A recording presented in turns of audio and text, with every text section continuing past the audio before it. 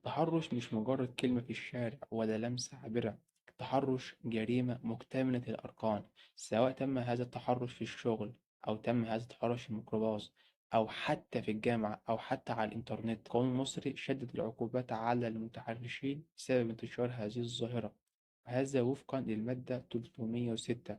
بمعنى إن التحرش لو تم لفظيا أو بالإشارة أو تم عن طريق فعل جسدي، العقوبة قد تصل للسجن من 2 ل4 سنين، وأيضا تصل لغرامة من 100,000 جنيه ل200,000 جنيه لو تكرر الفعل، أو تم التحرش باستخدام سلاح أو سلطة وظيفية.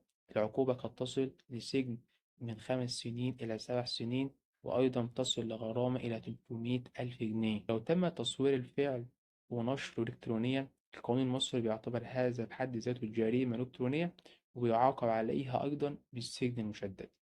وأخيرا كان معكم مروان في معلومات قانونية.